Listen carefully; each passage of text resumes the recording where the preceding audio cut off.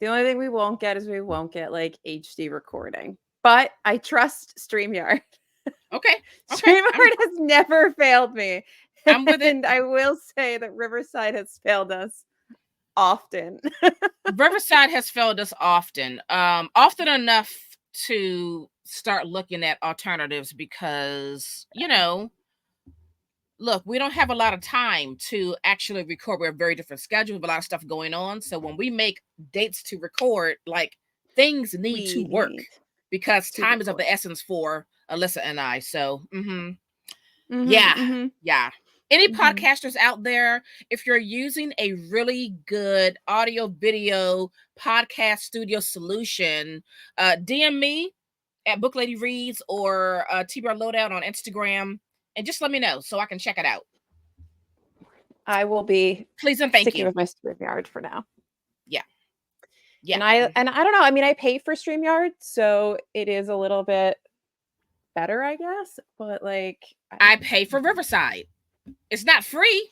We've been using Pro since we started. Yeah, and they've been disappointing us more and more. Right. Give me back my $29.99 a month. Oh God. Yeah. I'm a little salty, but it's gonna be fine. Well, it is annoying when we carve out time to do this and have to then take longer because our equipment decides to fail us. Exactly. But we are here. Yay! We are here. We are here. I look like Miss Frizzle, and we are here. I'm gonna take a screenshot of this. The folks need to know that you are in librarian mode. So, get ready before I do the screenshot. Tell me when you're ready. I don't care, whenever. I love it. I love it. So, yeah. I'm happy. Boy. Yeah. All right. Well, I was feeling the need to put on real clothes today, so I did. Anyway. So now that we have found a place to record, what are you reading? Well, let me tell you, ma'am. I have delved back into the Lucky Santangelo series by Jackie Collins. This is book 2, which is called Lucky, and it did not disappoint. Jackie Collins is a good time. Do you hear me? I know. I hear you. I've heard you for years now. You love Jackie Collins. Jackie Collins is a good time. Look, some stuff doesn't hold up. It was like, oh, did she? Oh my. I don't know how I feel about that, but it's just so juicy. I can't say too much because this is book 2, but I will just say, like, Lucky makes some really interesting choices, and there's a lot of overlap with husbands and wives and like mistresses. It's just a lot going on there. We get a little repeat of some mob gang action. There's a little bit of that in there. We get some lesbian love in here. There was just one. Lucky's dad, Gino, he was dating this woman and he proposed to her. Lucky was not happy about it. Let me just tell you that. And I'm going to tell you this part because I don't think it really spoils too much, but it was one of those moments where like your jaw drops like 3 times, so we're with this woman that's Gino's fiance, and she's talking about, how she doesn't really love Gino. It's like, jaw drop number 1. And it's like, also her kids don't like him, jaw drop number 2. It kind of makes my skin crawl when he touches me, jaw drop number 3. And then also, by the way, I like women more than men. Jaw drop number 4. I mean, just the messiest of the messiest, okay? It was fantastic. Anyway, if you're in the Jackie Collins, let me know. We can chat about it. But I'm having a good time. And I'm probably going to move on to book 3, like at the end of the month. But this was a fun time. So fun. Lucky by Jackie Collins. I didn't realize that Jackie Collins was that wild, man. Let me tell you something. Jackie Collins is off the rails. Okay. There was even like a little Lolita moment in here. It got wild. It was a lot going on. It's a lot going on. So yeah.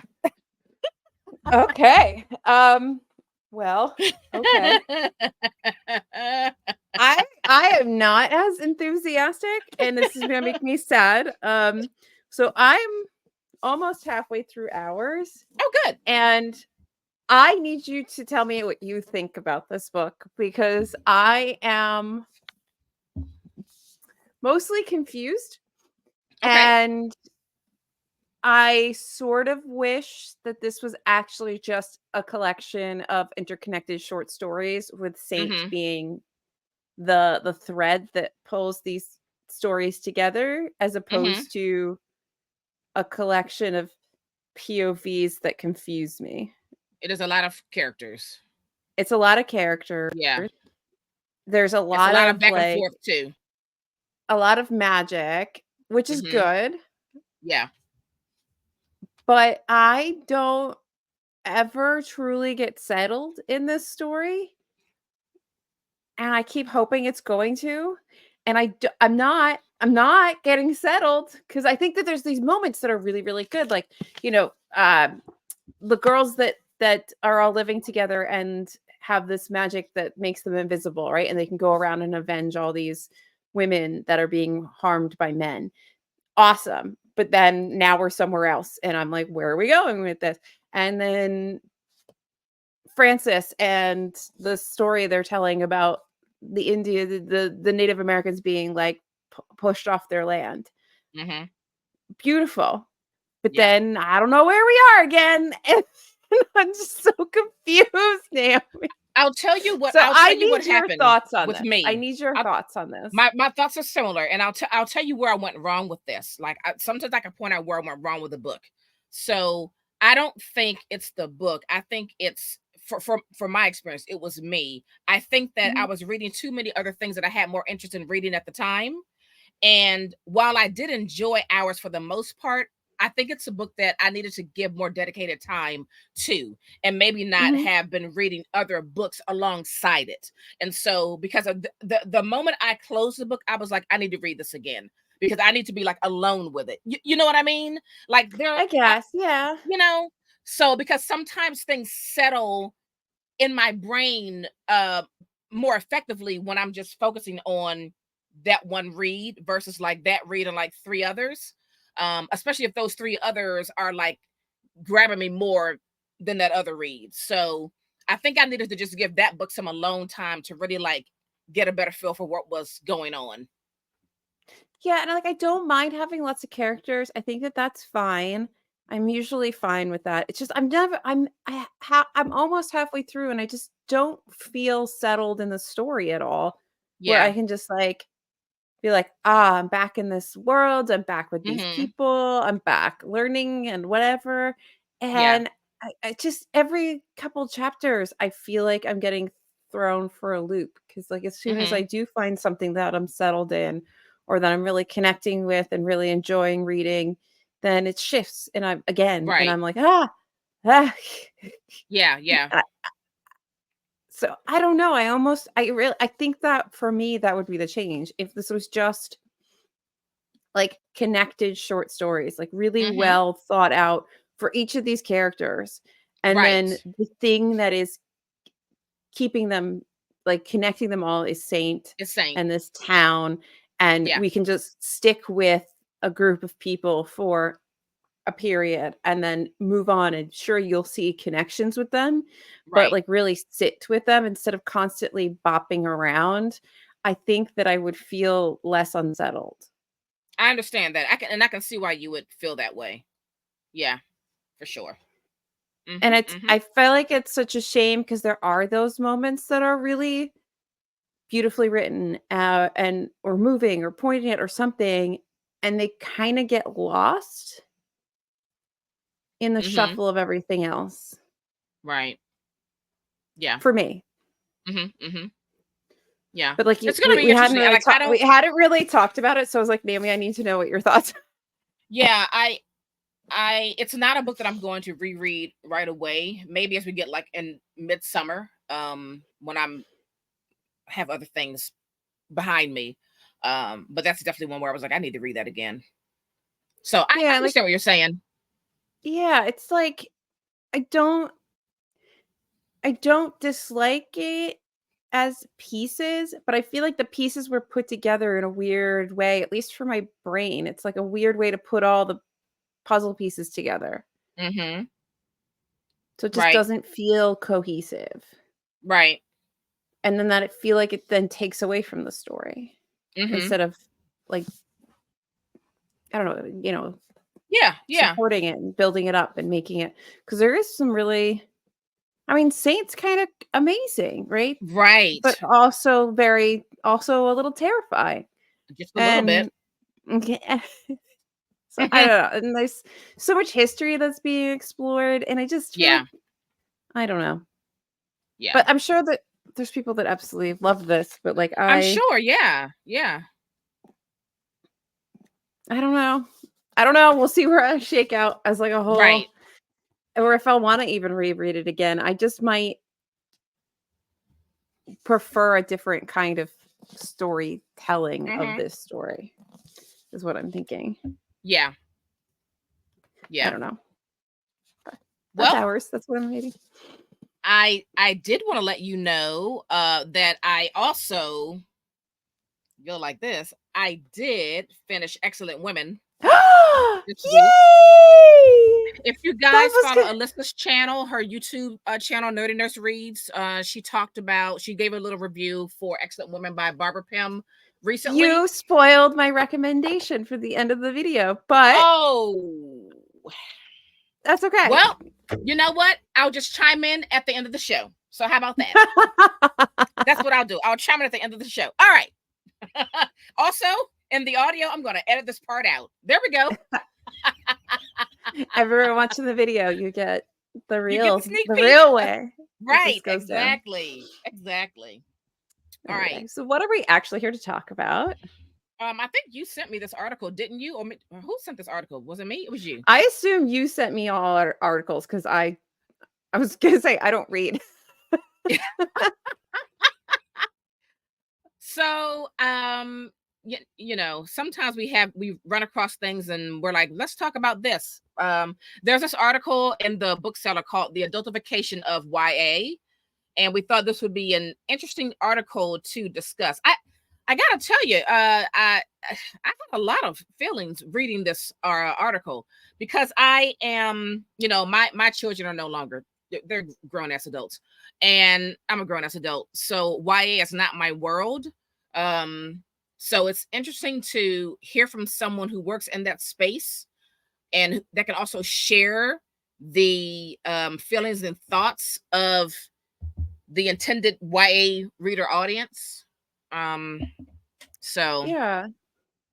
I mean, well, I think this is something that has come up a lot in many different ways. I think one, there's just this collection of readers that read a lot of YA, specifically fantasy, yes, and that's fine, cool, whatever makes you happy. There's also like I feel like a lot of criticism about adults reading YA, particularly fantasy. Because of course there is, because it's the internet. Somebody has to have the dissenting argument. mm-hmm, mm-hmm. Um, but the weird thing is how, and the article talks about this, is how as we add spice to things, because there are 30-year-old women and men reading these books, Mm-hmm. the they're putting extra spice in books that are otherwise written for younger audiences. So Exactly. it starts to make things very interesting, to be Yeah, diplomatic about it, uh, for the YA space, because it's not you're not you should be writing for the YA audience of younger people. exactly. But it seems like we're writing for adults in a lot of Yes. cases. And reading this article called back some memories throughout the last few years of being in various online bookish spaces and hearing adults say, "Oh, it seems like they're writing YA for adults now." Like I've heard that Mhm. comment pretty often over the last few years. Um, but it wasn't until I read this particular article where I realized that is actually a real problem because where's that part where so the she I'm talking about, she is she's a bookseller. She's been a bookseller for the last 6 years, and she makes a mention of basically like as the publishing industry is really moving towards publishing YA books that are really written for adults, you're actually pushing out the actual intended audience for Mhm. YA books. And that really made me sad, actually. It's like, wow, it's like saying, screw these kids. But Screw these kids. I think it's interesting because it's very much a fantasy-focused critique. Because Yeah, I don't know if I've ever heard, and I don't read a lot of YA, you don't read a lot of YA, so we're not, like, the best judges for this, and I don't have right. children. My child has 4 paws and doesn't read, so I I don't feel like you see this in other genres of YA literature. You're not seeing this in the coming of age story.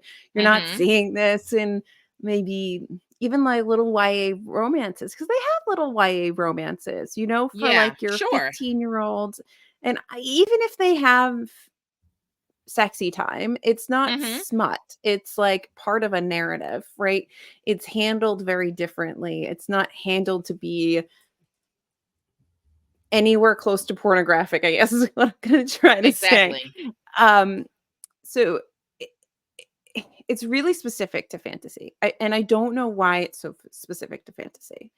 And I don't know So how it became this very like it's like I mean, I guess I do, because where else are you gonna put it? Like, you're not gonna put it in horror books, and if you put it in contemporaries, it's gonna feel like you're really writing sex for teens. Like, right.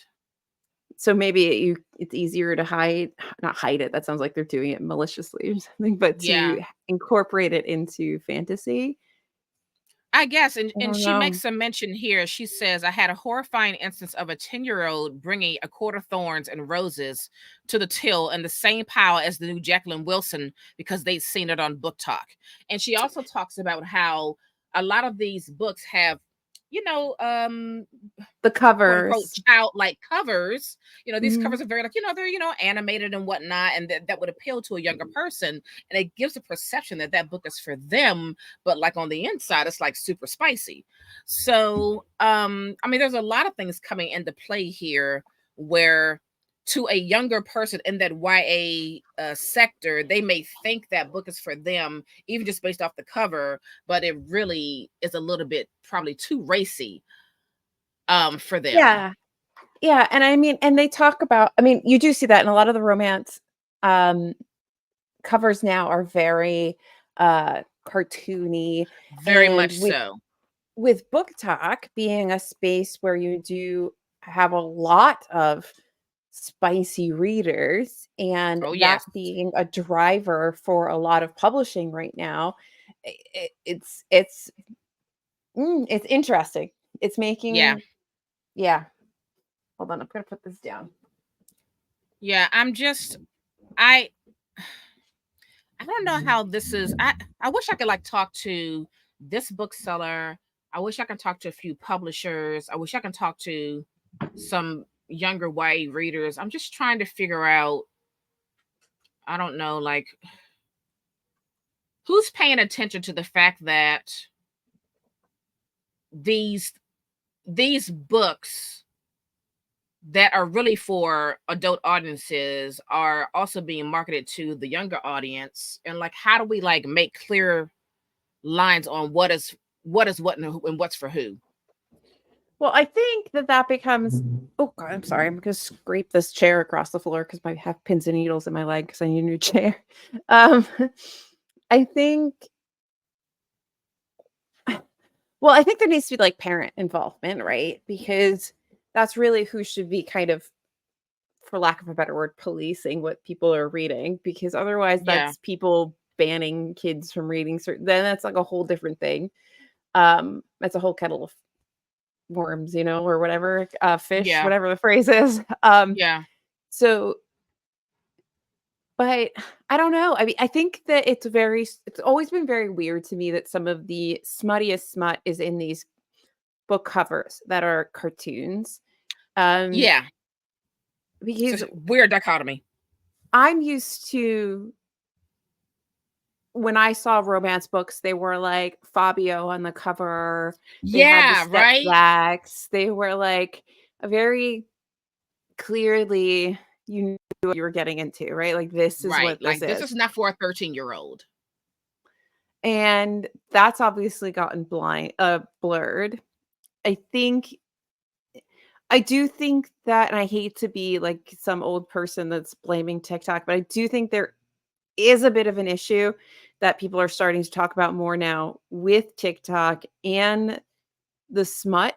Um, Not so much that like people are reading it, that's fine. I think Yeah. it's like how almost predatory they're becoming about smut. They want everything to have everything needs spice in it. Everything it needs to be judged on whether there is spice in it, and it's become almost like Mhm. there's a group of readers who are, like, addicted to it in a way, like, it's gone a little too far, Mhm. and it's not staying in the, like, "Oh, I like to read this is my thing, and it's this little private thing over here," or, like, something I talk with other people who like to read this about, and now you're, like, commenting on people's videos and being like, oh, book talk's gonna come for this hot man who's posting about whatever, like the whole thing with what's her name and the that hockey team, and Oh, you right. see That it was all and gross. that young kid who got like all these women coming into his comments because he's a biker and he actually is like under 18 and they're like making all these what Oh! are actually incredibly inappropriate comments under these kids. So I Oh just my! think there's a lot going on and it's almost like, this is a part of a problem. We need to put spice in everything because there's a whole group of readers that basically will only read things if there's spice in it. Yeah. And the fact that that crosses over into YA Yeah. is like, we should pause. Because even she says in this article, she says that for this book club that she runs at her bookstore for teens, she's tried to pick something where maybe there's only a little bit of kissing, and the Right. kids don't want that. The kids are almost like, "This is too much, I've seen too much, I don't want this. Can Mhm. we have something that doesn't have romance in it?" And I think I've even heard just regular readers that have a bit of a pulling back and backlash to it. Like, not Yeah. everything needs to have a romance in it. Not everything needs to have sex in it. Um, Sometimes you can just have a story that exists without how many like how spicy is it, you know? Right, but that's also what I'm wondering too, like, from the publishing angle, I wonder, are they really, really paying attention to, okay, out of the books that we've categorized as YA, are they truly YA, or are they just under the category of YA, but they're really written for adults? I wonder if they're even monitoring what they're releasing. You know what I mean? Well, truthfully, I think that they know that the majority of people that are buying these books are adults. So I don't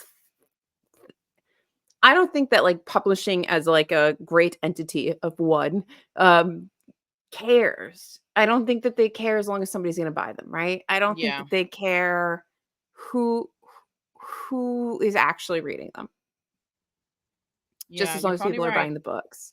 And I Yeah. think that all of this stuff with like book talk and spicy and da ba ba ba ba, they're gonna kind of cater to that a bit. To that. Yeah. Well, as is evident by all the romantasy that's coming out over the next year and a half, 2 years. And like I Um, don't mind it, but like I'm an adult and I don't really like YA things. That's like right. one of like I mostly not because like, oh, there's no smut in it, but like the themes aren't as dark and that bothers me. I feel like you can't go like deeper in some things when it's a YA book. because you can Yes, only go so far when you're writing for a younger audience because these are younger people. You can't do that, right?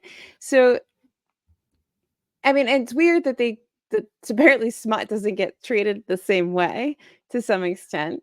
Um, exactly. but when you're exploring really dark themes, like they only go so deep. And sometimes as an adult reading something that's dark, like I want more murder, I want more mayhem, I want more like trauma, I want more of the dark sides of things. And oftentimes YA doesn't give me that. So I don't I like YA.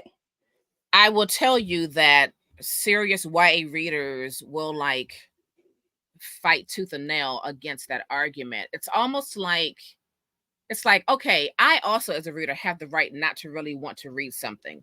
And I'm not Mhm, saying that YA is bad because it's not, but I enjoy reading books about fractured adults. mhm.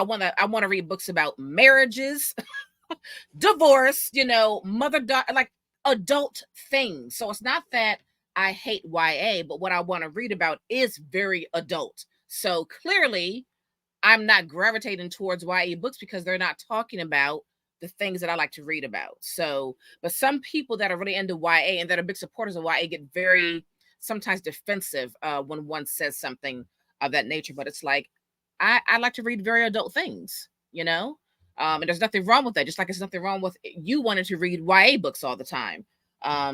No one's Yeah. saying it's bad. It's just preference. I'm not going to get Mhm. the breakdown of a marriage in a YA book. No, Not, and you know?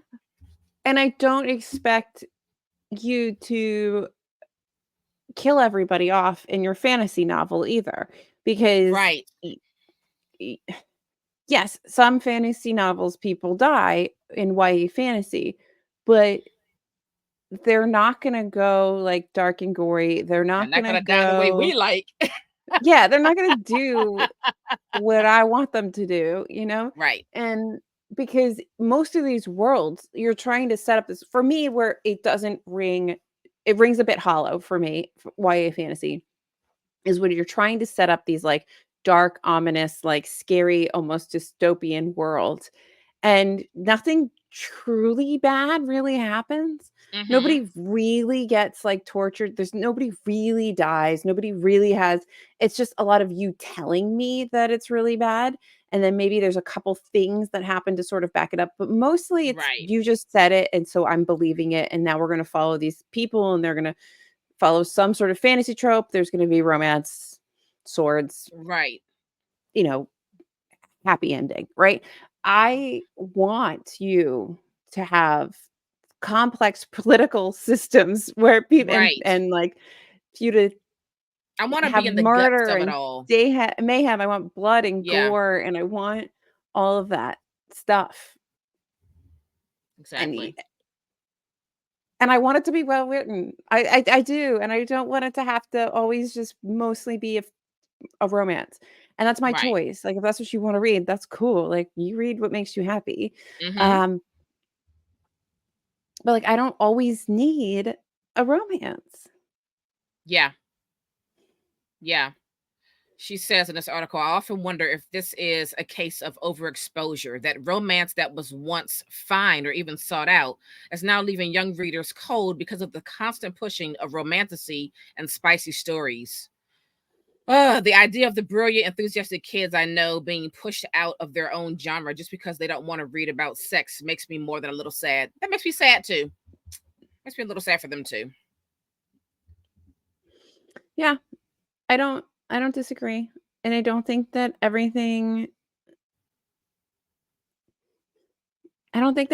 has to be romantic in nature. Because Yeah. I don't think that every young person is thinking like that, and I don't think that every young person w will walk away with healthy understandings of relationships from reading these books either, and I Mm-hmm. think that it's really important to if we're gonna have kids reading about certain things, you want them to see good relationships, right? Right. And I don't think that a lot of the relationships that show up in these books are necessarily something to strive for or mimic or model after. So I don't know. I I mean, especially what you're because saying is absolutely the correct. yeah, and it's not that you can't have romance in young people books, but I just feel like because especially these romance books, these fantasy books are targeted or read by older readers who I presume can tell the difference between what I like in a morally gray character in a book Right. based on what I would accept from an actual adult person in real Mhm. life. I don't think that it's the best thing maybe, but I also don't have kids, so, like, who am I to judge? Like, but I think that there are contemporary YA books about relationships that are very, very good, very, very healthy. I mean, she talks about, is this the one where they talk about or maybe it's something that she references in here where they talk about, what was the Alice Oseman, Heartstopper. I Mhm. mean, that series is deals with things that are tough and has really lovely romance relationships in them. And it is a very heartwarming book. And it's a very healthy book because it talks the series is very healthy, I think, because it talks very openly about things that kids go through, period. Right. Right. And the characters have very healthy, open discussions about those things, and they're very supportive of each other. And I think that it provides, like, a good model for kids on how to be friends and how to be partners and how to support each other and talk about things. Right. And I think Mhm. I can't remember if it was this article or it was an article that was referenced in here from the Millions, but talking about how, like, a lot of these books or a lot of the interest from older readers is reading books that they wish they had had when they were young, and I think Yes. Heartstoppers was one of these kinds Mhm. of books. Um, Right. And that's totally understandable, right? Like if yeah, you're, I don't know, enter whatever, if you're this kind of a person and books that should have made you feel seen were completely lacking when you were growing up, but now as an adult, they're almost plentiful. Of course, you want to read those. That makes a lot of sense to me. And she does make mention in this article that, YA is an invaluable place to explore new, mature topics in a safe, approachable way. And yeah, that is very important, you know? but I feel like all of this seems to just glide right over YA fantasy, and YA fantasy itself seems to be treated a little differently because Yeah. that seems to be where you have adult readers, I'm trying to think of how to say this, adult readers who are reading it like they would read adult books, as opposed to reading a YA book and being like, "I wish I had this book when I was younger." Yeah. Yeah. Exactly. Is is A Court of Thorns and Roses YA? I'm confused by this series because from what okay, correct me if Okay, I'm I wrong. think From A what I Court hear, of Thorn and Roses is YA, okay? okay, it is YA. The Because problem is that all the books after that rapidly become not YA. oh, okay. So there's a quick shift from young adult to adult in that And series. A Court of Thorn and Roses isn't, like, young YA, it's definitely, like, Is it new older adult? YA. New adult's probably a better term for it, but of all of the books is probably the mo it's not as adult as all the other books, but rapidly it gets more adult. Okay, so then when she in this article is talking about that 10-year-old bringing that book to check out, okay, so that's a problem, right? Because 10 is very young, okay? So Yeah. even if that first book is YA, it's probably still not appropriate for a 10-year-old. And then if we're going to rapidly move from YA to new adult, yeah, I can see why she was horrified. Okay, yeah, that's a problem. That's a problem. And yeah, and I think that YA sells so well, especially YA fantasy, that if Definitely. I wouldn't be surprised if publishers shoehorn books into YA just to make them sell. Just to sell. Oh, Now, I have no evidence for this. This right. is We're my just talking. opinion, Yeah, we're just but chatting I away. wouldn't be surprised that if some books were YA. But I also feel like I've read a lot of adult fantasy books that are coming out that are clearly written YA but have sex in it. Do you know what I mean? Oh, interesting. Like Okay. they aren't really exploring like really adult things. Um Fourth Wing. I feel like Fourth Wing is a really good Ugh. example of like that is a very much like a YA book, That is a young, yeah, that's a young book. Not young like a but 10-year-old should be reading it, obviously, because they should not be. but it is not a YA book. Oh, it's not. Wait a minute. Wait, hang on. I just got confused. It's not YA. It's adult. Yes, Oh, but that's written very YA. that's why I got confused. It's like it's written so young. It's written for it's definitely like the audience that it's written for feels like I'm sorry, the language that's used to be written I don't know what to say. The language that is used, the topics that are discussed, like the set all of it feels very young, super young. Mm-hmm. But then it seems to be written for the adult YA reader because you have all of those kinds The of spot. themes that for whatever people like, Yeah. and then lightning sex. Right. Right.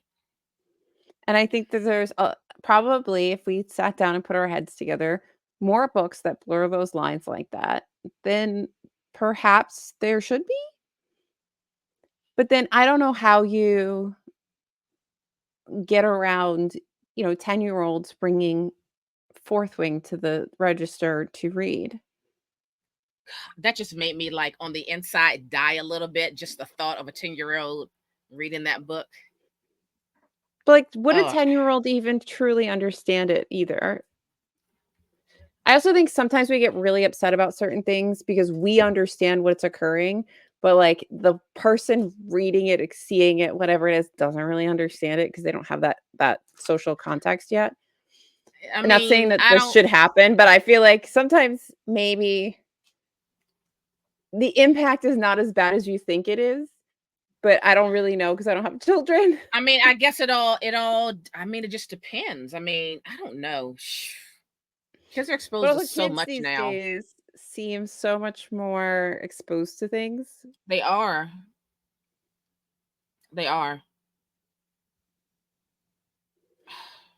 You cannot pay me to have children right now. I'm so glad I'm done. I'm so glad I'm done. I'm so glad that when my kids were growing up, social media was not a thing. You know what I mean? It was just like the Mhm. very beginnings of it. Oh God, you could not pay me. There ain't enough money in the world to make me want I'm to have very children glad in this day and that age. I made all of my mistakes not on the internet, okay? Amen to that. There are negatives, there are photos, but they are not on the internet, so Let me just ask the people, the listeners, if you are a parent of a child that's in the age range of the YA reader, can you please share with us how do you and your child or children find appropriate books to read? Like who's driving that cart? Is it you driving that cart? Are your kids driving that cart? Where are they getting recommendations from? Like how does all that work in your household? I'm just very curious to know. Share that with us, please. Email us or DM us. or leave a comment after this episode is posted on Instagram at TBR Lowdown. I would love to know. Mercy also would like to know.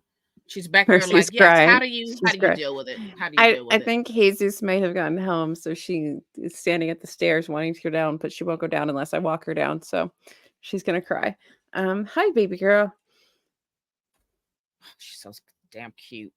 I swear. She's a cute dog. She's a cute dog. So yeah, share that with us. I'd like to know, but it's very interesting.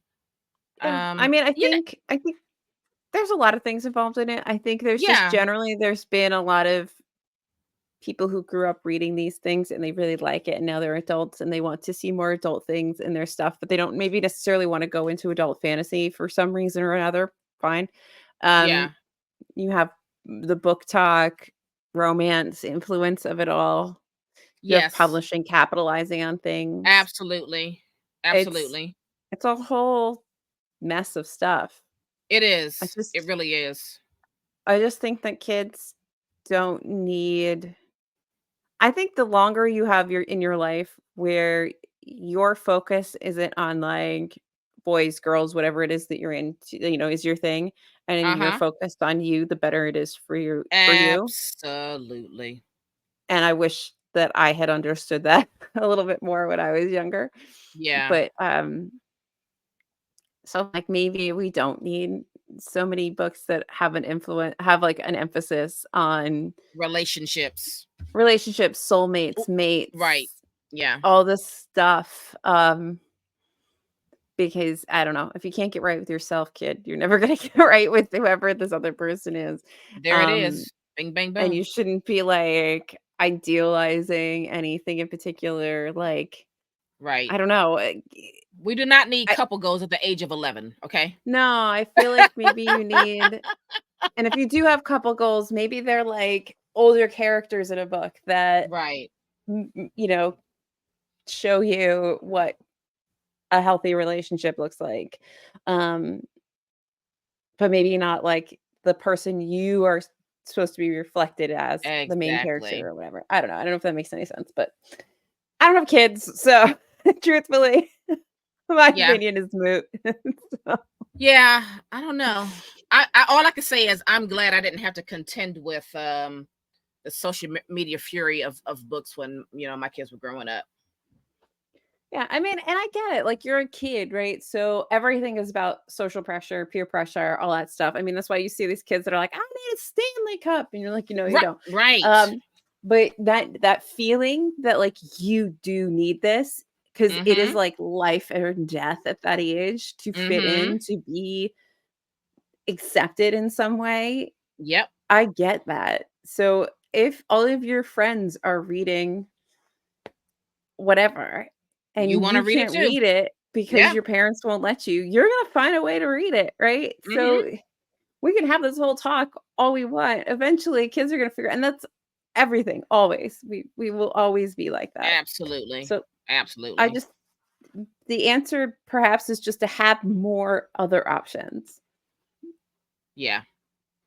So that maybe people can get involved, like get into different things. And maybe the adults on TikTok can stop being such feral creatures about smut. They're being a little too feral. And I hate to say that. But I hate to say that because, like, in general, I don't want to yuck anybody's yum. Have fun, do what you want. But when you start essentially sexually harassing people on the internet because book talk and smut, let's calm that down. Too far. That's too, you've gone too far. Yeah. Don't become a predator is what I'm saying. Right. Let's not do that. Yeah. Mercy, are you upset that you can't go downstairs?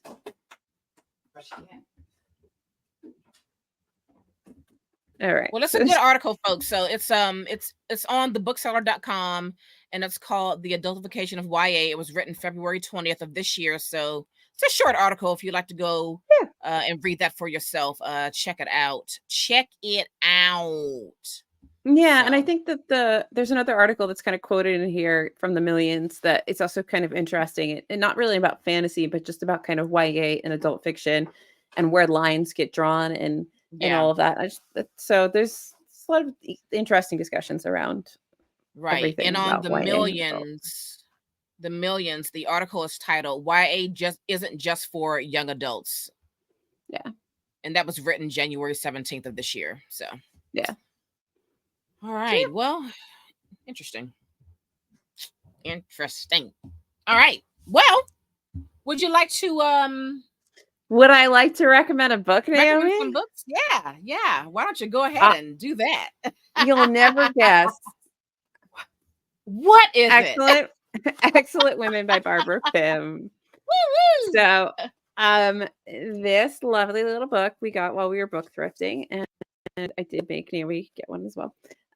So Barbara Pym is a British author that was writing in like predominantly like the 50s, 60s, 70s, and she writes very like character sort of driven, just like you are just like in these little towns situations in England, and just she writes characters so beautifully.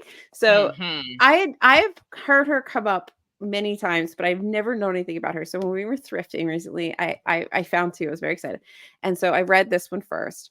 And this is such a delight of a book. It I is. love this so much. So you have this lady, her name is Mildred, and they live in London. It's the 50s. It's austerity. It's like an interesting time. And she's unmarried. She lives alone, and she kind of does a lot of things in the community. She's very like wrapped up in the church and good works and all this stuff. She's an excellent woman. When she ends up getting totally embroiled in the lives of this couple that moves into the apartment building where she's living, and it's funny. It's kind of dark in times, like kind of it's so funny. It's just so good. It's It so good. is. He has this like gossipy character to it all. It feels like you want to sit down and have tea with these people and get to know them a little bit more. Like Mm-hmm. I I loved this, and I need more Pym in my life. She is smart. It is very well written. It is witty. How have I never read Barbara Pym? So please, short, little, wonderful book that is a delight. And I agree. Naomi, how did you feel about it? So I did not buy this while we were out. I got this Oh, I last thought I year. made you buy this one. No, Oh, you no, you handed me some said I other stuff. I was have Barbara Pym. yeah, and I'm trying That's to what it was. remember. I got a booktuber was talking about Barbara Pym last year, and I it may have been Savage Reads. Now I can't remember exactly, but I was like, oh, she sounds like a riot to read, and I would say this book has observational humor. That's how I would Mhm, classify it. mhm. Also like so many mentions of tea, just so many mentions of drinking tea, um, and so many nosy neighbors. And Oh, yeah. if this was ever done as a play, I would have loved to have seen it as a play. Can you imagine Yeah. how that would be wonderful? But I had such a It good would time with be this book. really fun, It'd be a like, great act it out. play. Oh my goodness. So I really, really enjoyed it. I have many passages underlined because they were poignant and yet funny at the same time. Yeah. Also she's so sarcastic in a way, you know what I Uh-huh. mean? I really enjoyed it. I really enjoyed it. I I need think my to see the backlist of Pym. yeah, I need to read more. I have,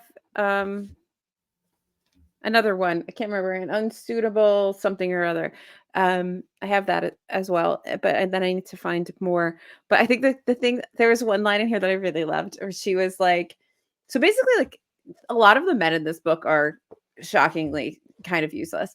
Hmm. And so she has two of them over. I can't remember who. I think it's like the Reverend and maybe Everand. I can't remember. And she's like at the sink, and she's Hmm. like doing the dishes after she's fed them and done all these things for them. And she's like, Hmm. if I was a writer, I would write an entire stream of consciousness novel just about a woman standing at the sink doing dishes. I Did you would think read Ducks that. Would you not read Newburyport? that? I would read that. Did you think Ducks Newburyport when you read that line? Because I did. I was like, oh, Oh, I don't know. Is feels that like what Ducks Newburyport? I feel like it's like that same kind of a vein. She's just, stream of consciousness, talking about the day. Yeah. I guess you'll find out soon because you have that book. I do have So, that. but So, it's but got that wry humor. You know what I mean? yeah. A lot of laugh out loud moments. I like what she says. I don't know whether spinsters are really more inquisitive than married women, though I believe they are thought to be because of the emptiness of their lives. But I could hardly admit to Mrs. Napier that at one point during the afternoon, I had arranged to be brushing my flight of stairs so that I can peer through the banisters and watch her furniture being brought in. Just funny, right? I loved it. Fantastic. It's a good book. I really enjoyed it. And you do get little hints of what life is like at that time. There Yeah. are a lot of little if you're looking for it, like you can see like a lot of the sort of discussion around food and going out to eat and like where you can get food for certain cost effective ways that if you're looking for them, you can see the little hints of austerity in Britain at the time, which I kind of liked, like those little like Easter eggs. So Yeah. it's delightful. I Yeah. can't wait for more Pym. Yes. Thumbs up all the way around. Thumbs up. Thumbs up. Yeah. Mhm. Okay. I am recommending a book I read last month, and it is Sociopath, a memoir by Patrick Gagney. And this was a lot of things. So let me just read a couple things off the back, and then I'll tell you my experience with it. So it says Patrick realized well before she started kindergarten that she made others uncomfortable. She suspected it was because she didn't feel things the way other kids did.